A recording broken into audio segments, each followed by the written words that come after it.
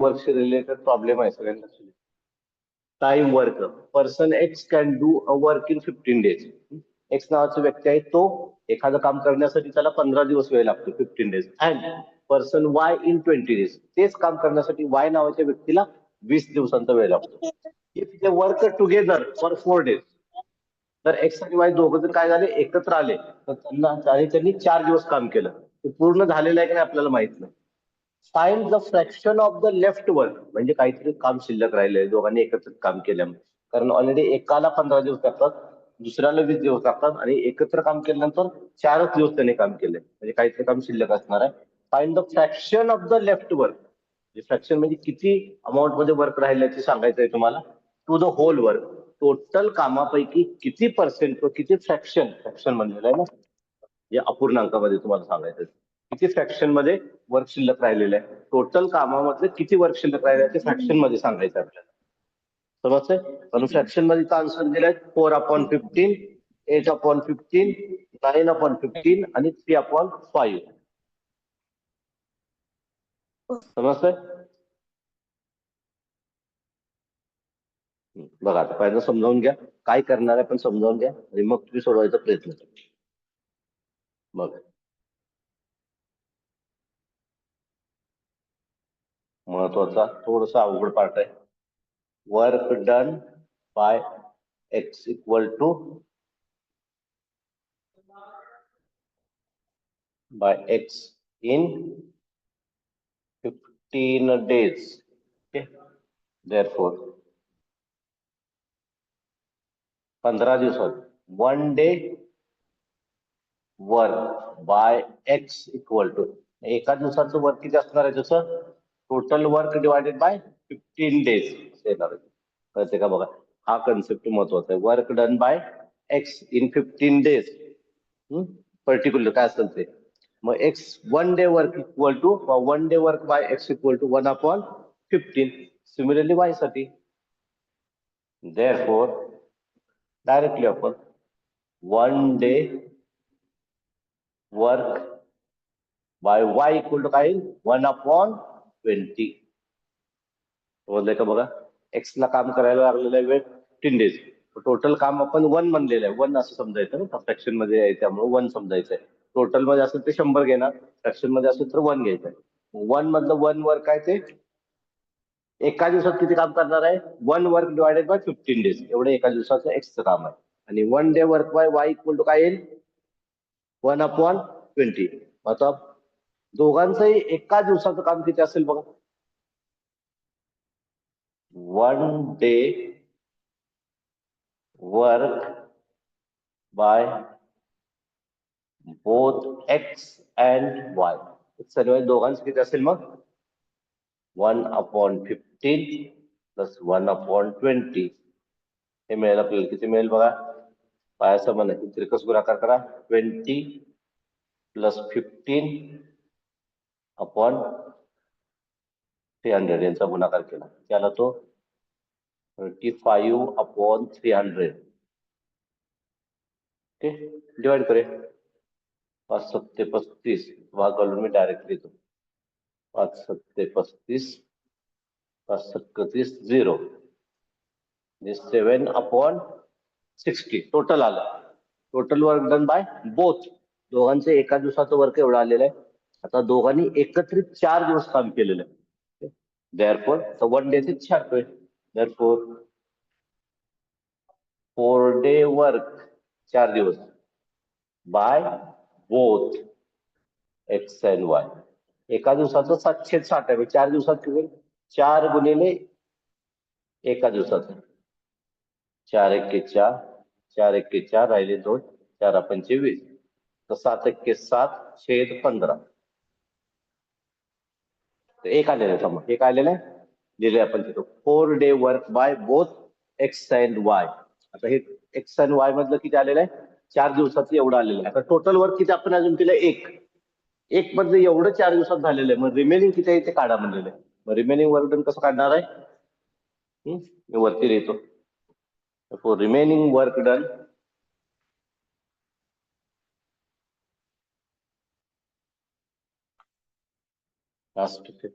therefore remaining विचारलंय ना तू, work done. Remaining work equal to total आहे 1 मधून एवढंच 4 दिवसात दोघांच्याकडून झालेले 7/15. आता प्रत्येक कसं नका 15 into 1 15 minus 7 into 1 7 upon 15. Okay, 15 वजा 7 8 8 upon 15 आलं का फ्रॅक्शन मध्ये बघा. तो remaining work will be 8 upon 15. तुमच्या ऑप्शन मध्ये आहे 4 upon 15 8 upon 15 7 upon 15 आणि 3 upon 15. आपला आन्सर आलेला आहे 8 upon 15. चल व्यवस्थित लिहून घ्या सगळे.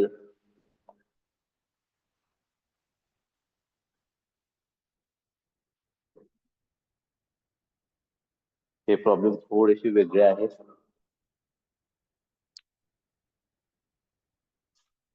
थोडंसं अवघड पण आहेत.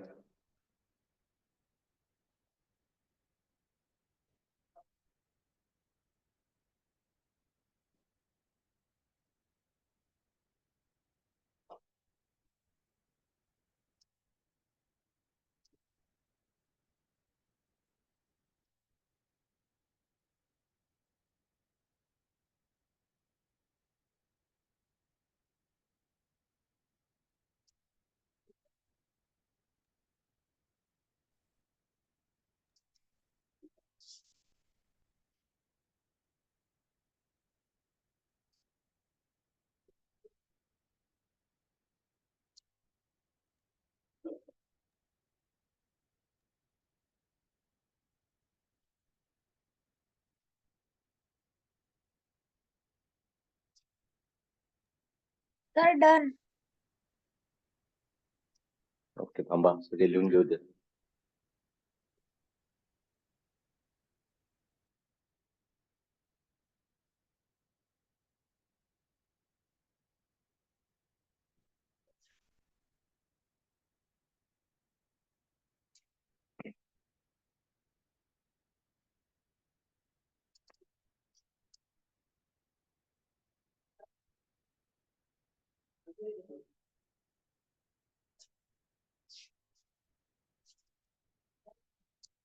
ओके, ठीक आहे, समजलं सगळ्यांना. Next question.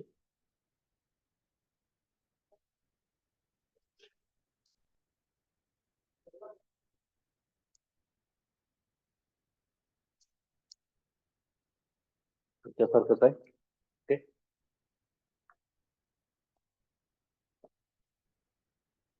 डेटा फक्त थोडस बदलणार आहे आता.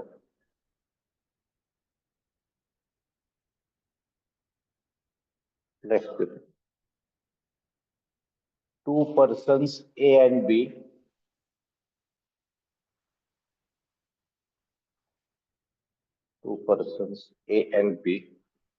can finish a work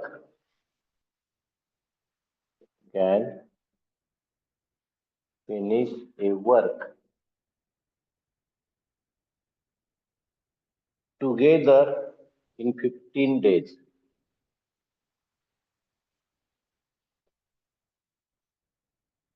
Together in 15 days. And B alone, B एकटाच, can finish the same work in 20 days. एकटाच सेम वर्क इन 20 days. बी जर एकटाच काम करत असेल तर तो 20 दिवसात संपतो. How much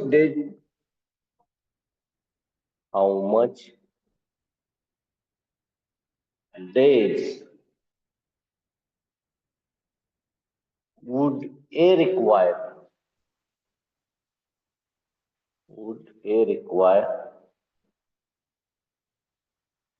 to complete the same work alone? To complete the same work alone. बघा, मिनिंग संबंधित प्रॉब्लेम्स की प्रॉब्लेम निम्मा तुमचं सॉल्व्ह झाले सगळे. आता सॉल्व्ह केलं, थोडंसं त्याच्यामध्ये चेंज केलं.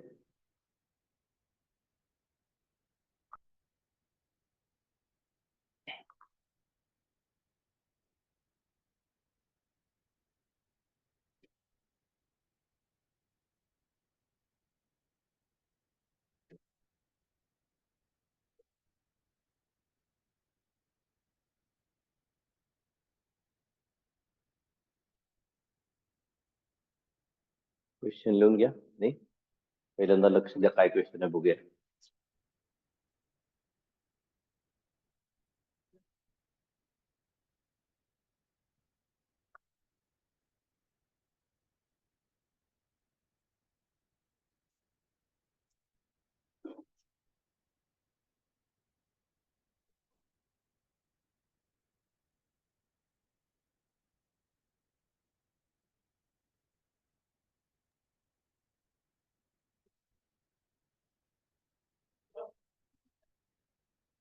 ठीक आहे, चल बघूया आपण सॉल्व्ह करूया.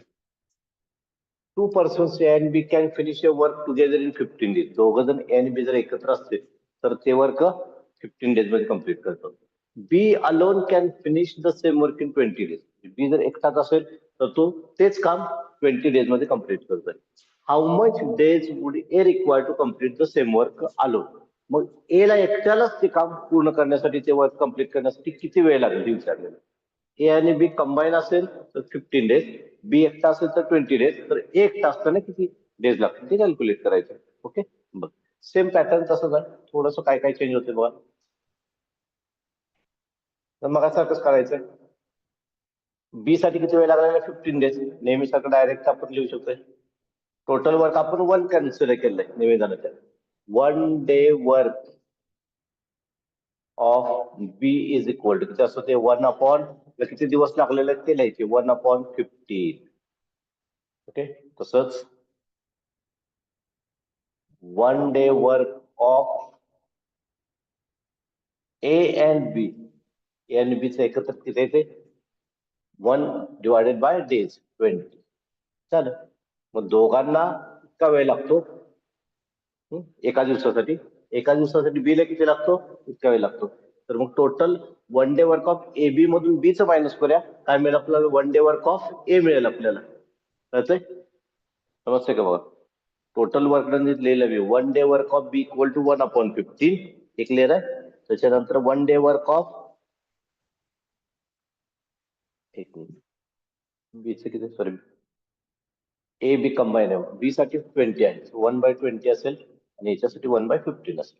ओके, थोडंसं एन बी कंबाईन आहेत त्यांच्यासाठी किती आहे 1 day work of B will be 1 divided by days, किती डेज लागतात त्याला 20, सो 1/20. आणि 1 day work of A and B combine किती असेल त्यांचं, तर त्यांना लागतो तो 15 डेज, सो 1/50. हे काय मिळालं आपल्याला 1 डे वर्क ऑफ बी मिळालं सेपरेट, 1 डे वर्क ऑफ ए आणि बी मिळाला. आता काय करूया आपण, त्याच्यातून आपल्याला काय काय कॅल्क्युलेट करायचं आहे बोला, काय कॅल्क्युलेट करणार तुम्ही. उलट जायचं होतं आपल्याला, ए बी मधून बी मायनस करा, ए चं मिळेल, so 1 day work of A equal to A B चं वर्क आहे 1/15 मायनस फक्त त्याच्यामधून बी चं मायनस करूया, ए चं मिळेल आपल्याला, दॅट इज इक्वल टू तिरकस करू नका 20 into 1 20 minus 15 into 1 15 divided by 15 into 20. 20 - 15 आला 5 डिवायडेड बाय हा आला 300. 5 1s are 5, 5 6s are 30, 0. किती आला, दॅट इज इक्वल टू 1/60. हा कायला 1 डे वर्क ऑफ ए, म्हणजेच काय लिहित असतो आपण 1 day work of A equal to 1 day divided by number of total days, single day किंवा work divided by number of days असं लिहितो ना आपण. काय लिहिणार तुम्ही, वर्क आपण किती घेतलेला आहे total work 1 divided by total days 1/60. मग टोटल डेज किती आले 60. So days required is equal to 60. नेहमी बॉटमला जे असणार इथं ते डेज आहे बघा, 15 days 20 days 1/15 days 1/20 days 1/60 days. म्हणजे ए ला एकट्यालाच ते काम कम्प्लीट करण्यासाठी किती दिवस लागतील 60 डेज लागतील.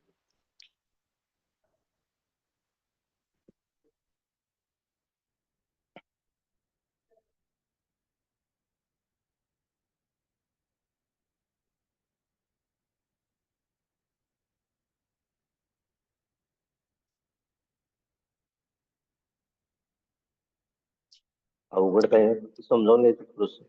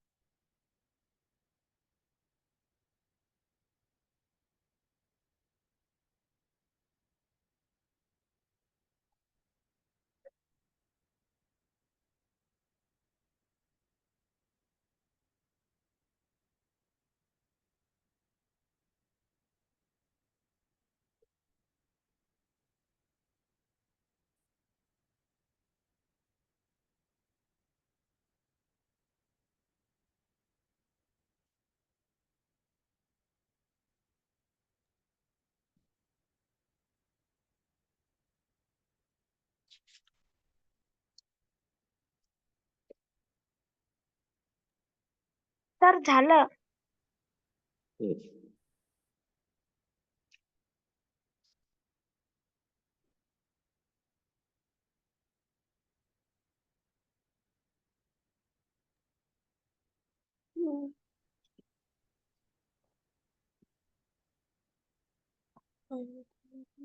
Next.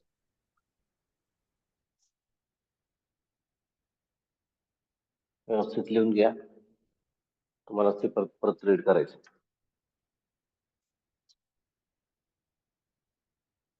4:5 is the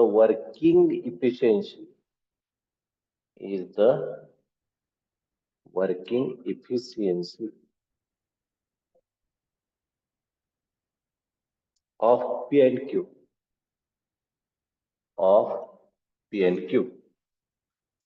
if P alone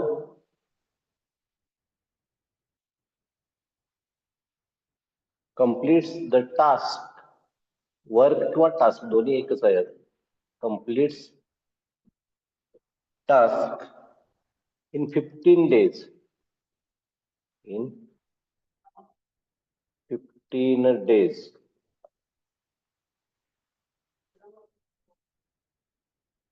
how many days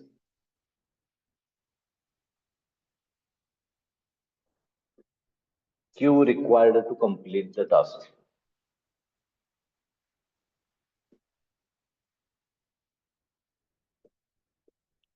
To complete the task. चल.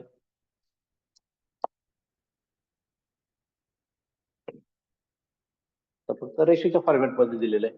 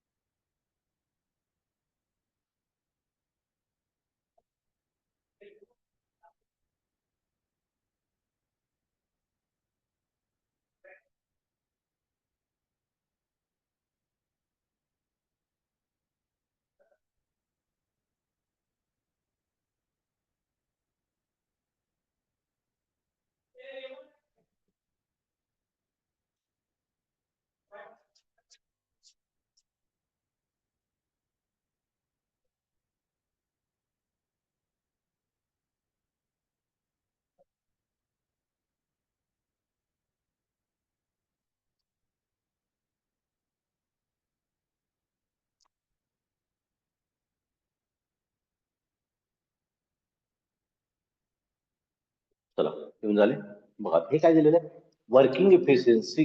हे महत्वाचं आहे, थोडस वेगळं आहे, समजावून घ्यावं. वर्किंग इफिशियन्सी, हे कामाची इफिशियन्सी किती आहे त्यांची बघा. मी आता रेशो 4:5 म्हणजे तुम्ही असं लिहू शकताय 4/5. ओके, म्हणजे हा पी छेद क्यू असा आहे. म्हणजे पी ची इफिशियन्सी काय कमी आहे, इफिशियन्सी म्हणजे त्याची काम करण्याची, त्याला काम करण्यासाठी काय लागणार आहे, इफिशियन्सी म्हणजे त्याची ताकद किंवा त्याचं आउटपुट कमी आहे, क्यूचा आउटपुट जास्त आहे. ज्याचा आउटपुट कमी आहे त्याला जास्त टाइम लागेल, ज्याचा आउटपुट जास्त आहे त्याला काय वेगळं. हेच उलट लिहिणार मी, वर्किंग इफिशियन्सी झालं. So time ratio will be equal to, time ratio equal to, हा बरोबर उलट असणार आहे. ज्याची इफिशियन्सी कमी आहे त्याला जास्त टाइम लागेल, ज्याची इफिशियन्सी कमी जास्त आहे त्याला कमी टाइम लागेल. हा टाइमचा रेशो आला आणि आपल्याला दिलेलं आहे पी ला किती वेळ लागतोय 15 डेज आणि क्यू ला किती लागतो तो कॅल्क्युलेट करायचा आहे. Therefore P upon Q equal to 5/4 is equal to, P ला वेळ लागतोय 15 डेज, तर क्यू ला किती लागेल, एक्स लागेल. नेहमी सारखंच आहे. Therefore 5 into x equal to 15 into 4. X equal to 15 into 4, 60 divided by 5. If 5 multiply होते की divided, 5 ones are 5, 5 ones are 5, 6 minus 5, 1 राहिला, 5 twos. So x equal to 12 days. Yes, 12 days are required for Q to complete the task or work.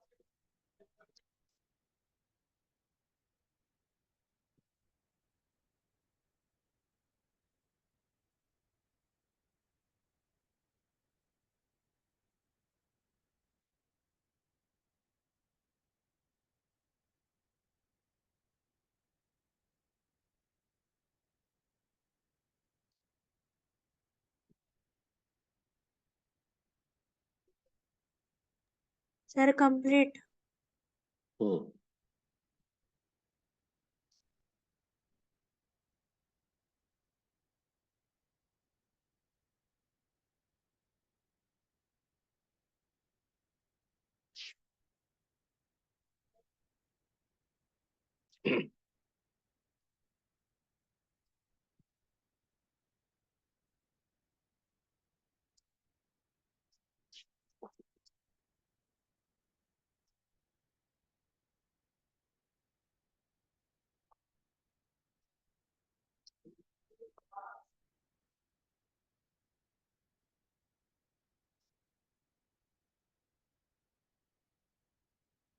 याच्यामध्ये मी थोडस change करणार आहे. 2:1. 2:1 is the working efficiency of, नाव फक्त बदलणार आहे आपण, ऑफ ए अँड बी. थोडस वेगळं आहे. सर वरचं ते If, शून्य राहिलं. हो,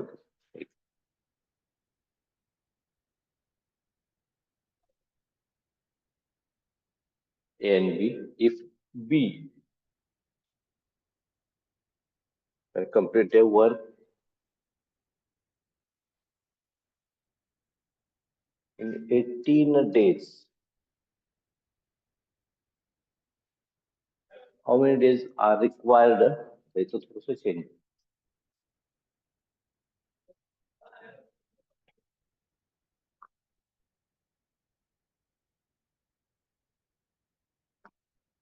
How many days are required to complete the task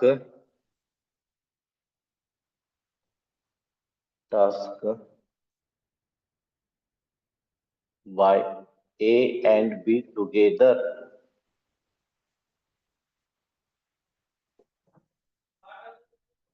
Okay.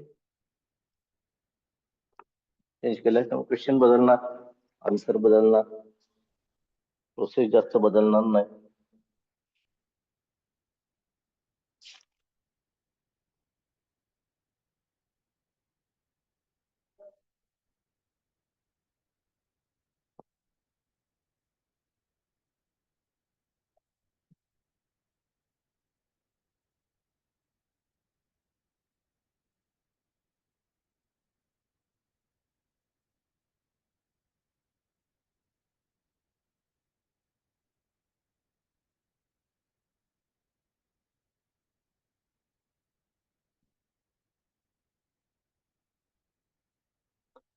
Two is to one is the working efficiency of A and B. If B alone completes task in 18 days, how many days are required to complete the task by A and B together? आता काय करायचं बघा, question काय दिलेलं आहे, efficiency दिलं, working efficiency ए आणि बी ची दिलेली आहे. वर्किंग इफिशियन्सीच्या बरोबर अपोजिट काय असतो, टाइम इफिशियन्सी असते. ज्याला त्याची वर्किंग इफिशियन्सी जास्त आहे त्याला कमी टाइम लागेल, ज्याची वर्किंग इफिशियन्सी कमी आहे त्याला वर्किंग इफिशियन्सी जास्त आहे त्याला कमी टाइम लागेल, आणि ज्याची वर्किंग इफिशियन्सी कमी आहे त्याला जास्त टाइम लागेल, ज्याची वर्किंग इफिशियन्सी जास्त आहे त्याला कमी टाइम लागेल.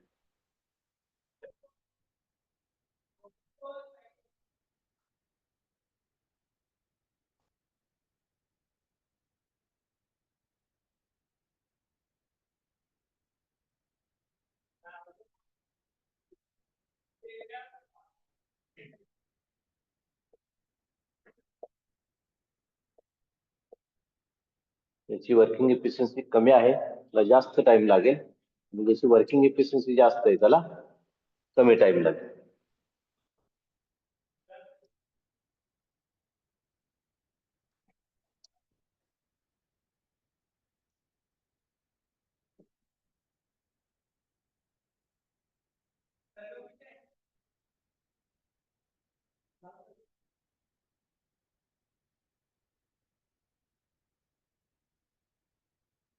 चला आता इथे दिले वर्किंग इफिशियन्सी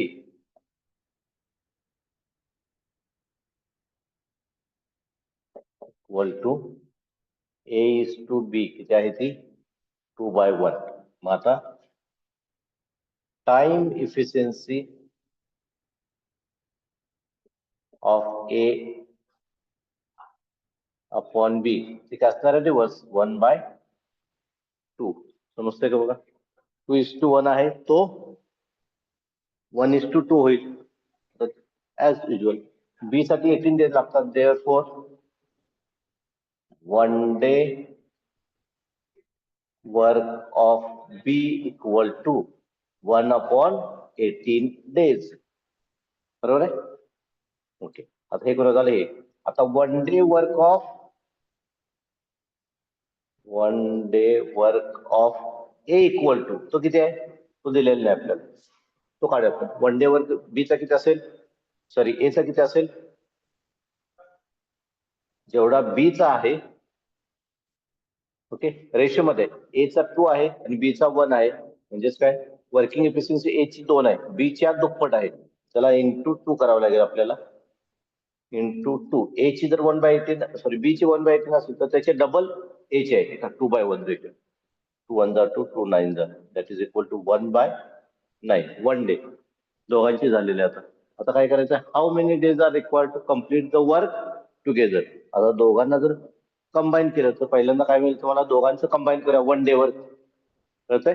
इथं लिहितो मी 1 day work of A and B